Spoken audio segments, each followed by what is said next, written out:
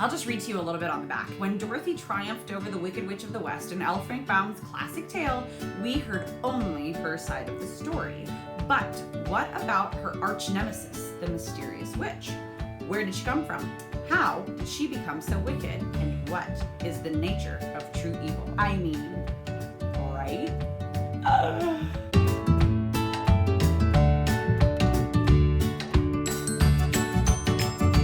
Hi everybody. Hopefully you are coming hot off the heels of seeing the last video that I just made on this fantastic book, Be Kind. So if you haven't seen this one yet, it is one of my favorite new storybooks that I have read this year. I've posted a lot about it on my Instagram. I'll keep posting about it because I think it's fantastic.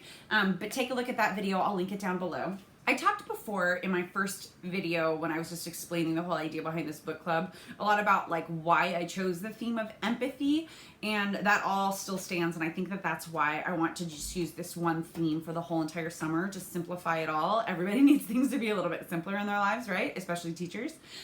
Today, however, we are talking about a big old novel, Bacow! Wicked, The Life and Times of the Wicked Witch of the West. This is hands down one of my favorite books. I have read this probably, 4 or 5 times. The author, Gregory Maguire, is, he's a great fiction writer and he's a great fantasy writer, and it really, he just spins a world. So if you are a fiction lover, if you are a historical fiction lover, this has nothing to do with historical fiction, but it's so detail oriented and he builds the world of Oz so brilliantly and beautifully. I highly recommend this. But let's get into my actual book report on this little guy, because I think that this novel is such a great example of using a text that is completely different, that is not conventional or something that kids would expect to teach something like empathy. This book takes the story of the Wizard of Oz and it flips it completely upside down. And this is from the time actually that she's conceived. This is about the life of the Wicked Witch of the West, how she is green, what made her wicked, because she wasn't always wicked. And yes, to answer your question, this is the story that the musical Wicked was made off of, but oh holy mackerel, this is not appropriate for anyone under 11th grade. I just need you to know it gets pretty racy. There are some adult themes, especially if you read the read this and then read the following book, the sequel, Son of a Witch. Dang, that stuff gets spicy. It's real good. So I will say maybe a really mature 10th grader, but I don't think that I would give this to anybody under 11th grade, and even still I would probably focus on high school seniors and above, because first of all, it's a long one. Secondly, it is very densely written, so it takes a little bit to get into it. Be patient. Tell your students to be patient because it's so worth it. It's one of those that once you get a good 50, 60, 70 pages in, you won't put it down. You will read until 2 o'clock in the morning, and then you'll be exhausted the next day and you can't wait until you can get back in bed and keep reading it. It's addictive. So the way that this actually teaches empathy, in my opinion, is that it takes a classic character, which is a classic villain, like the Wicked Witch of the West. You've never seen her play the good guy, right? In any movie or TV show or any iteration of this character, it's always been wicked. She's called the Wicked Witch, for crying out loud.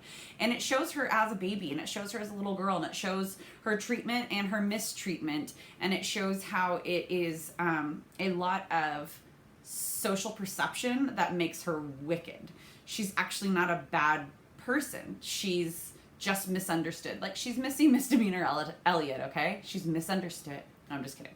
And it shows just how being different can vilify a person or a people, and how being ostracized from society, human nature is to choose to be like bad or wicked so that then there's a reason that people don't like you, there's a reason that your peers don't want to be around you, or that you are being cast out of society, and it's by your own doing, it's by your own control rather than the outside factors, which is the truth with her. Okay, so I'll stop getting into that. I want you to be able to read it for yourself. But very last, the way that I would use this is definitely in a book club setting, or like independent reading. This would be a suggestion that I would give. I would highly suggest to anybody who is like kiddos that are like big Harry Potter fans that like really read through the whole entire series. I think this might be a genre that they could get into. Once again, they do need to be mature because this is a kind of a mature, there's some mature stuff in here. It's not like a romance novel. Like it's not erotic by any means, but it's adult. So it's not appropriate for a 9th grader. And I would just kind of have some general guiding questions if you're going to use this in a book club, or if you're going to use this as like an independent reading assignment. Whatever kind of questions or whatever kind of journaling or that sort of thing, I would have it kind of revolve around how can you get yourself into the shoes or into the hat of this character and see where they're coming from, and see just kind of the psychology behind what makes their actions appear wicked or actually wicked, and are they wicked, or is she just, like I said, misunderstood, and is she just horribly cast out of society for no good reason other than the color of her skin and the way that she looks? I think these are important questions for kids to answer. Yes, they are very heavy-handed and overt, those kinds of questions, but I think they're worth answering, especially for teenagers, especially right now in 2018 in our social and political climate in the United States and around the world. I would suggest that if this is something you're going to have a few students reading, you should probably at least thumb through it yourself first. Reading the book to the musical, or like the script to the musical, or just like watching the musical, not gonna cut it.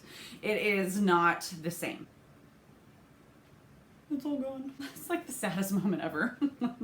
When your mug is empty. Thank you so much for watching. Please don't forget to subscribe to my channel so you don't miss any other videos like this. Like this video so you can see others come up like this. And if you make a video that is all about how you would use a text or different texts to teach empathy, please make sure to send me the link or message me somehow that I can put a link to your video in my playlist for our summer book report videos on empathy.